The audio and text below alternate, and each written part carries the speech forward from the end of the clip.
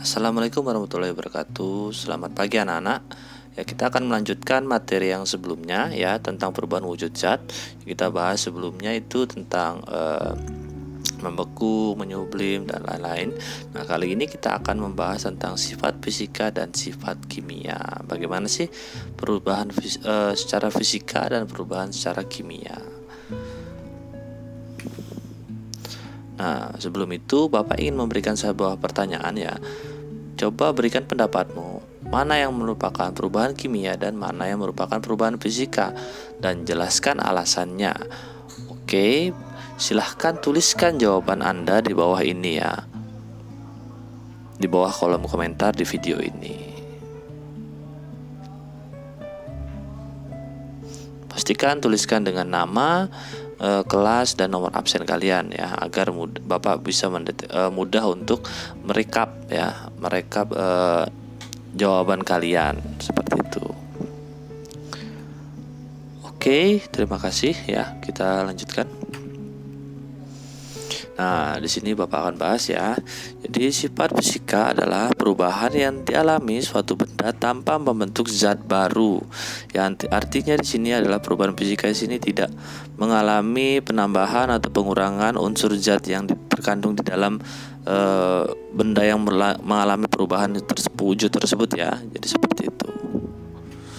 Nah, di sini adalah ciri-ciri perubahan fisis atau fisika. Di sini ya, mengalami perubahan sifat sementara ya. Jadi dia tidak permanen, kemudian tidak menghasilkan zat baru atau partikel penyusun yang sama, kemudian berubah hanya wujud dan ukuran zat saja. Ya, di sini gas menjadi air dan sebaliknya, air menjadi padat atau sebaliknya, seperti itu. Oke, di sini adalah beberapa contoh dari perubahan fisika ya. Jadi di sini ada kayu yang berubah menjadi kursi ya. Di sini berubah wujud ya. Tapi tetap ya penyusunnya tetap terbuat dari kayu ya, yang susunannya. Kemudian di sini ada peristiwa menguap ya, menyublim, kemudian membeku, mencair dan lain-lain di sini ya. Kemudian di sini ada peristiwa larutnya garam ya di air di sini.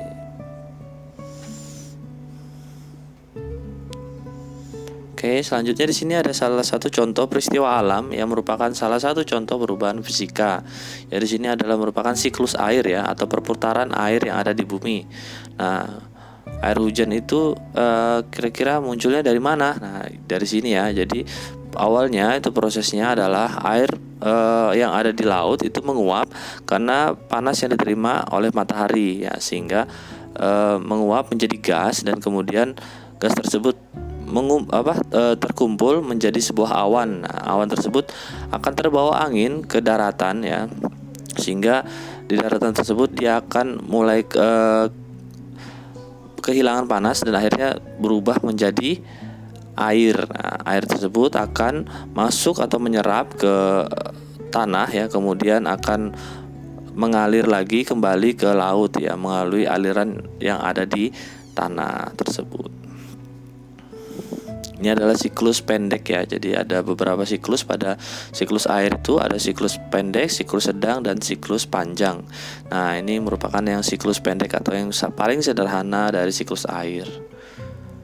Dan ini merupakan salah satu contoh dari perubahan fisika seperti itu.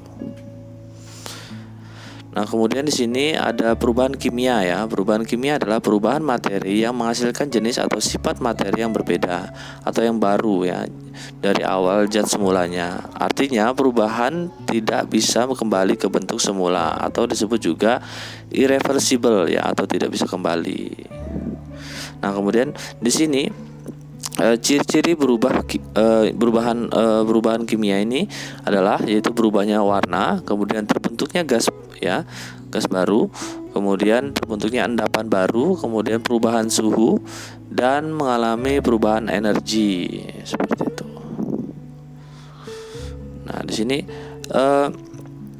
kita bahas satu persatu ya cirinya, yaitu ada perubahan warna ya. Di sini karat merupakan proses perubahan kimia yang menyebabkan korosi ya pada permukaan logam. karena disebabkan oleh reaksi antar besi, air, dan udara.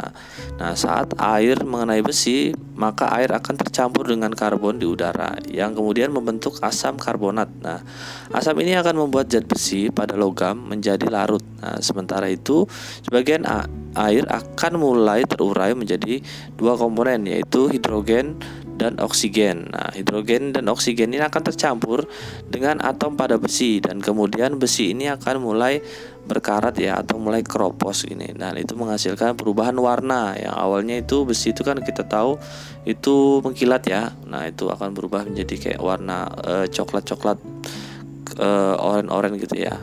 Karena dia mengalami perubahan struktur dari atau unsur dari besi tersebut. Nah, kemudian di sini ada perubahan warna dari apel. Nah, kalau kalian pernah mengupas apel atau makan apel dan kemudian kalian biarkan beberapa menit atau beberapa jam di luar ya, itu akan berubah warna kan ya, jadi coklat biasanya ya. Hal tersebut merupakan salah satu fungsi dari perlindungan dari zat okonon ya, yang membentuk antiseptik alami yang fungsinya adalah memberikan perlindungan dari bakteri dan jamur. Nah, jadi si apel akan lebih awet ya, seperti itu. Nah, sebenarnya zat okoinon ini itu tidak memiliki warna, namun karena bereaksi dengan amino dan oksigen maka menghasilkan melanin. Nah, melanin ini adalah yang memberikan warna coklat pada sel-sel potongan apel tersebut. Nah, meski daging buahnya sudah berubah warna, apel ini masih aman untuk dikonsumsi. Hanya saja rasa enaknya berkurang atau rasanya sudah tidak seenak sebelumnya ya, seperti itu. Kemudian di sini terbentuknya gas ya. Di sini banyak reaksi kimia yang menghasilkan gas ya. Salah satunya kalau kalian merasa ingin buang angin ya, itu kan ada reaksi kimia yang terjadi pada organ pencernaan kalian. Nah, di sini contohnya adalah pembakaran, ada gas CO2 alias karbon dioksida yang dihasilkan. Di sini menghasilkan itu ya. Itu kalau pada kendaraan ya. Nah, untuk yang dari hasil dari buang angin kalian itu adalah hasil dari makanan yang membusuk atau bau gas amoniak atau NH3 yang merasuki hidung kita. Nah, ataukah kamu hasil buang angin kalian tersebut bersifat asam ya, karena mengandung karbon dioksida CO2 dan hidrogen sulfida atau H2S ya. Ini merupakan hasil dari proses pembusukan makanan di usus kalian oleh bakteri E. coli, seperti itu. Nah, kemudian di sini terbentuknya endapan. Jadi beberapa reaksi kimia itu menghasilkan endapan sebagai salah satu produknya. Padahal tidak ada endapan atau padatan yang pada reaksinya. Reaksi awal biasanya berupa larutan yang keruh setelah dicampur larutan yang keruh menunjukkan reaksi yang menghasilkan perubahan warna. Adanya padatan dan yang tidak larut. Nah, apabila dibiarkan beberapa saat, maka padatan tersebut akan membentuk di bagian bawah tabung reaksi. Nah, inilah yang membentuk sebuah endapan baru ya di sini. Jadi contohnya persamaan reaksinya di sini pada gambar ini ada larutan natrium karbonat yang ditambahkan larutan kalsium klorida akan menghasilkan endapan kalsium karbonat plus larutan, seperti itu.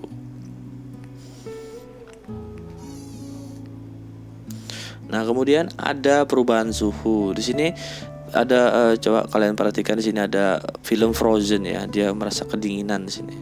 Ya, di sini peristiwa manusia mempertahankan suhu tubuhnya pada saat dingin. Kalian pasti akan merasakan lapar ya. Nah, jadi yang dirasakan Bapak lupa nih siapa karakternya. Yang jelas ini salah satu karakter di film Frozen ya. Di sini ketika dia merasa kedinginan, tubuhnya akan bereaksi ya untuk mempertahankan suhu tubuhnya ke suhu tubuh normalnya. Ya, dengan cara yaitu melakukan pembakaran energi, dan itu memerlukan makanan ya, sehingga ketika kalian kedinginan, kalian sudah kehabisan energi atau sumber makanan dalam tubuh kalian akan merasakan lapar, dan itu karena dalam bentuk reaksi dari tubuh kalian ya. Nah, pada saat proses mempertahankan tubuh manusia tersebut itu memerlukan pembakaran kalori yang bereaksi dengan oksigen. Nah, hal ini membuat kita merasa lapar karena kekurangan kalori dalam tubuh. Nah, itu yang seperti itu ya. Intinya seperti itu. Oke, kita lanjutkan. Di sini adanya perubahan energi. Ya, di sini peristiwa manusia saat berolahraga. Sini merupakan reaksi kimia yang terjadi antar karbohidrat atau kalori dan oksigen yang melakukan pembakaran sehingga menghasilkan atau dikonversi menjadi energi gerak atau panas. Jadi ketika kalian itu bergerak, itu ada terjadi, atau kalian berolahraga ketika main bola, main basket dan lain-lain, itu terjadi proses konversi energi ya. Jadi yang awalnya itu dari bahan bakarnya itu adalah makanan ya, yang bereaksi dengan oksigen ya, kemudian diolah oleh otot ya, dan akhirnya akan dikonversi menjadi energi gerak atau panas ya. Makanya ketika kalian habis berolahraga itu rasanya seperti suhu badan kalian seperti naik gitu ya. Nah itu karena adanya reaksi kimia yang terjadi pada otot kalian seperti itu. Ada pembakaran yang terjadi pada organ tubuh kalian ya, seperti itu. Oke, ini adalah salah satu contoh perubahan kimia. Ya di sini ada amilum ya, yang atau C6H12O6. Sini direaksikan dengan menggunakan bakteri Aspergillus niger ya, atau Aspergillus sp di sini, yaitu menghasilkan glukosa C6H12O6. Kemudian difermentasikan lagi kembali dengan bakteri Saccharomyces cerevisiae ya. Ini menjadi alkohol ya. Kemudian difermentasikan lagi atau direaksikan kembali dengan Acetobacter aceti, ini menjadikan asam cuka. Ini merupakan proses pembuatan asam cuka ya, atau cuka yang sering kalian konsumsi atau kalian gunakan dalam bahan produk makanan saat ini. Nah, kemudian di sini ada pembuatan keju ya. Di sini melakukan proses fermentasi juga ya dengan bakteri. Di sini, dan yang terakhir di sini ada yang ketiga. Di sini ada proses pembusukan pada pisang. Ya, jadi proses pembusukannya itu tidak langsung semerta-merta langsung berubah gitu ya, karena adanya proses perubahan unsur pada atau senyawa yang terdapat pada si buah pisang tersebut ya, hingga menjadi matang dan mengandung glukosa atau karbohidrat ya, sehingga pada saat pisang yang masak itu akan terasa lebih manis daripada pisang yang mentah, karena di situ ada perubahan proses unsur kimia yang di dalam pisang tersebut. Oke, di sini kemudian ada nih recapnya ya, ciri-ciri dari perubahan fisika dan kimia, ini perbandingannya. Jadi di sini ciri perubahan fisika, di sini tidak terbentuk zat baru. Kemudian komposisi materi tidak berubah. Kemudian yang ketiga, tidak terjadi perubahan bau, rasa, dan tidak terbentuk endapan. Nah, kemudian untuk perubahan kimia di sini ciri-cirinya adalah itu adanya perubahan warna, terbentuknya gas, terbentuknya endapan baru, mengalami perubahan suhu, dan mengalami perubahan energi seperti itu. Nah, oke. Mungkin materi untuk hari ini itu saja ya. Bapak harap kalian bisa belajar mempelajarinya sebelum melaksanakan ujian tengah semester minggu depan ya. Semoga kalian dalam keadaan sehat selalu sehingga bisa menjalankan ujian tengah semesternya dengan maksimal. Oke, Bapak akhiri. Assalamualaikum warahmatullahi wabarakatuh. Terima kasih.